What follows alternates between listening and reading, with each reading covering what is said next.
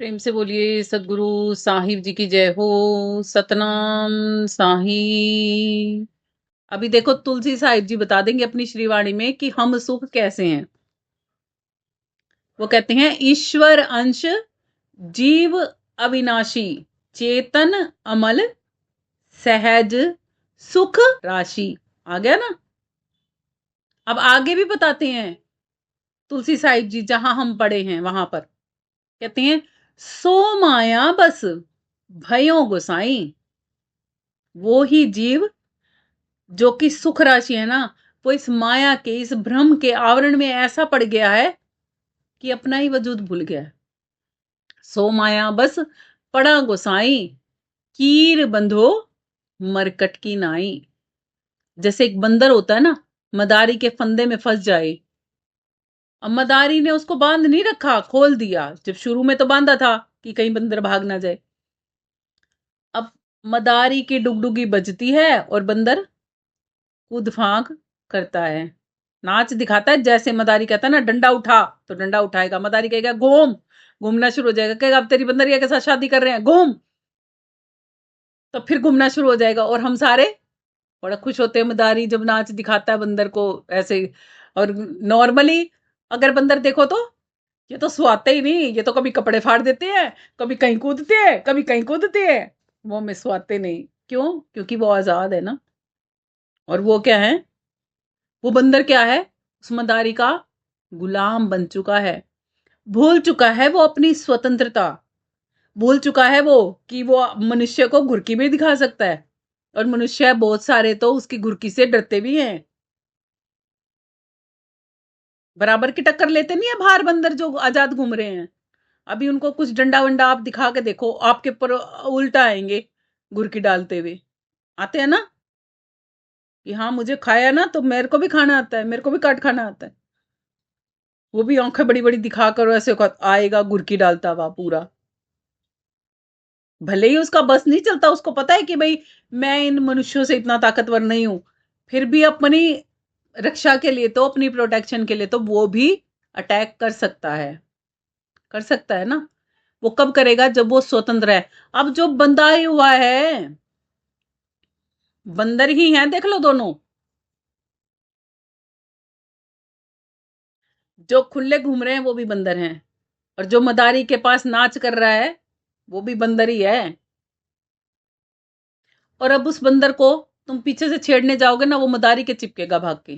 उसको ये नहीं पता कि मुझे इनको डराना आता है। भूल चुका है ना वो क्या ढूंढ रहा है? अपनी प्रोटेक्शन ढूंढ रहा है। कहां पर? मदारी के पास। सेल्फ स्टैंडर्ड होना वो भूल चुका है। अब ये उदाहरण हम पे कैसे फिट होता है? हम कैसे संसार में भूल चुके हैं खुद को। जब हम यहाँ आए थे ना, हमें अपनी स्मृति थी जैसे बंदरों को थी ना। मदारी बंदरों को कैसे पकड़ते हैं पहले ये समझते हैं। मदारी क्या करते हैं? एक सुराही लेते हैं, तंग मुंह की, जिसमें बंदर का हाथ चला तो जाए। यदि बंदर मुट्ठी बंद कर ले ना, तो बाहर ना निकल पाए। ऐसी सुराही लेते हैं और उसके अंदर दाने डालते हैं बंदरों को जो पसंद हो वो। और फिर क्या करते हैं? उसको बंदरों के बीच में रखाते हैं। तब बहुत सारे बंदर उसमें झांकते हैं और चले जाते हैं। कुछ आपके मेरे जैसे लालची बंदर भी थे। तो क्या किया? हाथ डाला और भाई खाने को मिलेगा, और मुट्ठी कर ली बंद। अब अगर हाथ छोड़ दें तो आजाद फिर से हो सकते हैं। अगर हाथ नहीं छोड़ेंगे, मुट्ठी बंद रखेंगे, तो वहीं पड़े पड़े चिल्लाते रहेंगे। कोई नहीं बचा पाएगा, कोई अन्य बंदर भी नहीं बचा पाएगा, नहीं बचा पाएगा ना। अब क्या होगा? धीरे धीरे एक दिन बीतेगा, भूख प्यास से व्याकुल हो गए, वो हाथ छोड़ना आ नहीं रहा कि हाथ छोड़े तो बच के भाई कुछ और खा पी ले। अब क्या होगा? धीरे धीरे मदारी पकड़ लेगा। मदारी फिर क्या करेगा? प्यार करेगा। ऐसे नहीं कि एकदम से उसको मारा और नचाना शुरू कर दिया। अब मदारी क्या करेगा? उससे बड़ा प्यार करेगा पहले। पुचकारेगा, उसको प्यार करेगा। फिर क्या करेगा? उसके आगे दाना डालेगा बाहर, उसका हाथ भी निकालेगा। डंडा मारेगा उसके हाथ पे, उसका हाथ छूट जाएगा, और जैसे डंडा लगता है हाथ में से वो अनाज छूट जाता है और बाहर अनाज रख देता है उसके लिए। अब बाहर अनाज खाएगा तो अंदर वाले भूल गया, भाई दर्द भी हुआ था मुझे। अब उसको तो ये हो गया मजे आ रहे हैं भाई, मदारी तो मेरे को खुद ही दे देता है खाने के लिए, अब तो मुझे भाग दौड़ करने की जरूरत ही नहीं है। मगर ये नहीं पता बेटे, वो मदारी अभी तो तेरे को खिला रहा है, फिर तेरे को नचाएगा भी वही, वही तेरे को गुलाटिया में मरवाएगा। जितनी बार मदारी बंदर को कहता है ना, मार गुलाटी, मार गुलाटी, मार गुलाटी, बंदर क्या करता है, उतनी ही बार गुलाटी मारेगा। दूर डंडा रख देगा ना, तो बंदर को कहेगा उठा डंडा, चल ससुराल चलना है। पीछे पकड़ लेगा डंडे को ऐसे करके और टम टम टम टम चलना शुरू हो जाएगा। अगर किसी ने मदारी और बंदर का खेल देखा है ना, तो उसको सब समझ में आ रहा होगा कि कैसे क्या होता है। अब बंदरिया को भी कपड़े पहना के और मदारी कहेगा चल अब तेरा इससे ब्याह करेंगे, वो आगे आगे बंदर, और बंदरिया उसके पीछे पीछे। होता है ना। अब हमारे साथ ये कैसे होता है, हमारे साथ शुरू में क्या था, हम भी परमात्मा के घर पे ऐसे ही खुले आजाद घूमते थे, मस्त मौला थे, जो जी करता था वो करते थे, और काल पुरुष अगर आ जाए तो उसको घुड़की भी डाल देते थे। हाँ, आया तो देख लियो तू। अब उसने भी हमें क्या दिया, लालच दिया। कैसा, कि एक ही रंग में बड़ी रहती है, एक श्वेत रंग में बड़ी रहती है, तुझे रंग बिरंगी दुनिया दिखाऊंगा, देख प्यारी, इतने सारे तूने रंग, रंग रंगीली दुनिया कभी देखी ही नहीं होगी। अब हम भी पड़ गए लालच में। अब हमारा एक जी यूं करे कि हाँ भाई रंग बिरंगी दुनिया देख लें, एक यूं जी करे है प्रकाश में अपने नूर में ही रह लें। हो गया ना, गलती से अब क्या करा, लालच के वश आके कि ले एक बार तो देख ही लें कैसी है ये रंग बिरंगी दुनिया, एक बार तो देख लें। हम है तो अपने घर में ही, क्योंकि मदारी ने बंदर के घर में जाके वो रखा था। अब हमें क्या किया गया, हमें भी वो दूर से दिखाया गया था कि देख रंग बिरंगी दुनिया है प्यारी, तो हमने क्या किया, एक बार तो देख ले कैसी है, और जैसे ही उसमें हाथ डाला वहीं घुस घुस गए, वहीं खिसक गए।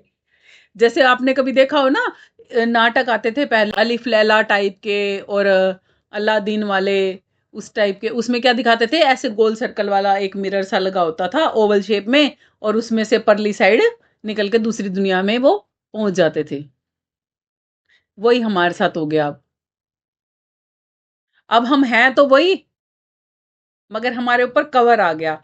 जैसे उनके कपड़े कुछ और होते थे ना, देखा देखा होगा ना आपने, वो गोल मिरर होता है ना, उसमें से परली साइड जाते हैं उनके कपड़े चेंज हो जाते हैं, दूसरे पहन लेते हैं, अंदर से वो वही होते हैं। अब हमारे साथ वही चीज हो गई। अब हम ये रंग बिरंगी दुनिया देख के कर रहे हैं, हाँ ऐसी दुनिया होती है, वैसी दुनिया होती है। अब इस दुनिया में तो हमारे रिश्तेदार भी नहीं रहे आगे। अच्छा, ऐसा भी होता है, वैसा भी होता है। हमें तो बस जो इस दुनिया ने उलझाया, अब तो हम वो भूल ही गए कहाँ पे वो गेट बन रहा था, कहाँ से हम घुस के आए थे अंदर। उस गेट को देखना ही भूल गए ना। अब इस रंग बिरंगी दुनिया में घूम घूम के, फिर फिर के, फिर फिर के, फिर फिर के, फिर फिर के, और कठपुतली बन के ना नाच नाच के, अब फिर यूं हो रहा है कि है ना, है काश आजाद हो जाते तो। वो खुद का अपना आपा ढूंढना, वो सुख राशि जो हम थे ना, उसको ढूंढने में हम अब बाहर भटक रहे हैं कि मेरा वो अस्तित्व है कहाँ, मैं वो हूं कहाँ। हम सोच रहे हैं जो जैसे हम बाहर उस तरफ आए थे ना, तो उस तरफ ही मिल जाएगा हमें अपना अस्तित्व, मगर हम ये भूल गए कि परली तरफ ही हम अपना वो छोड़ आए हैं। अंदर में इसके बैठे होने के बाद भी हम जुड़े तो कहीं और से हुए थे ना, वहां से ही कनेक्शन कट कर लिया हमने अपना। और अब क्या हो रहा है, हमें भी ये मन रूपी बाजीगर है ना जो, जैसे बंदरों को पकड़ने के लिए मदारी होता है ना, ऐसे ही मन रूपी बाजीगर हमें अब डुगडुगी बजा बजा के कर्मों की और नचा रहा है, और हम नाच रहे हैं। नाच रहे हैं ना अब हम। अब तो देख लो, ऐसे ही नाचना चाहते हो या फिर अब इस काया नगर में घुसना चाहते हो। कहते हैं वो बाहरी दुनिया वाले नगर को छोड़ दो, जो देश जहान दुनिया नगर तुम जानते हो ना, उसको छोड़ दो। अब क्या करो? तेरी काया नगर में हीरा रे, हेरा ते पावेगा। समझे? कि तेरी इस काया में ही, ये काया ही तेरी नगरी है, इसके अंदर में ही तू है, और जब तू अंदर में जाएगा तो उसको हेर लेगा। हेरेगा कैसे? बाहरी 9 द्वारों में से जहां से तूने ये बाढ़ हटा दी ना, इन बाढ़ों को लगा ले 9 द्वारों की को, जैसे श्री कृष्ण जी ने श्री गीता में बताया है कि हे अर्जुन, ओ उमे ओम एक अक्षर ब्रह्म को जानने के लिए भी क्या करना पड़ता है? बाहरी 9 द्वारों को बंद करना पड़ता है, प्राणों को मस्तक में स्थापित करना पड़ता है, और परमात्मा संबंधी सभी धारणाओं से युक्त होना पड़ता है। और फिर उस जीते हुए मन से, समझ गए ना, जीते हुए मन से तब तुम निरंतर ओम का सिमरण करोगे, तो तुम्हें वो जो तुम खुद हो, जिसको बोला जाता है ना अहम ब्रह्मस्मि, वो वो मिल जाएगा तुम्हें। और वो क्या करेगा? वो आत्मज्ञान अग्नि में आप अपने किए गए कृत शुभ अशुभ कर्मों को, पाप और पुण्य कर्मों को उस ज्ञान अग्नि में दग्ध कर सकते हो। और जब आप उसमें अपने सभी कर्मों को फूंक कर नष्ट कर दोगे ना, बिल्कुल वैसे ही जैसे बाहर प्रज्वलित अग्नि में तमाम ईंधन जलकर भस्ममय हो जाते हैं, कुछ भी नहीं बचता, राख शेष रह जाती है, वैसे ही आपकी अंदर में जब ब्रह्म अग्नि, वो ज्ञान अग्नि, वो आत्मज्ञान अग्नि उद्गारित होती है, उसमें भी आप अपने तमाम शुभ अशुभ कर्मों को दग्ध कर सकते हो, करना सीख जाओगे तो। जब दग्ध कर दोगे तब कुछ शेष ही नहीं रहेगा, फिर आप ही रह जाओगे अपने अस्तित्व में। अग्नि तो प्रचंड रहेगी ना, राख भले ही चारों तरफ फैल जाती है, मगर अग्नि तो रहती है ना। तो वो अग्नि स्वरूप आप रहोगे, और आप कभी डिस्ट्रॉय नहीं होते। और ये तन, ये काया, ये नगर, ये डिस्ट्रॉय हो सकता है। कब तक आप अपने आप से मिल सकते हो? जब तक ये नगर है, बस जब तक की ही अवधि आपके पास है मिलने की भी। जैसे ही आप इससे पृथक हुए ना, इस शरीर से, फिर अवधि नहीं है। ये शरीर, ये जो काया है ना, ये बारी है, ये टर्न है, ये अवसर है प्रभु प्राप्ति करने का। तुलसी साहिब जी की ही एक अन्य श्रीवाणी से समझते हैं कि कैसे है। वो कहते हैं अपनी श्रीवाणी में, बड़े भाग्य मानुष तन पावा, सुर दुर्लभ सदग्रंथन गावा, साधन धाम मोक्ष कहिए द्वारा, पाई न जेही परलोक सवारा। कि बहुत भाग्यशाली आत्माएं हैं आज हम, जिन्हें ये मानव का तन परमात्मा ने दिया है।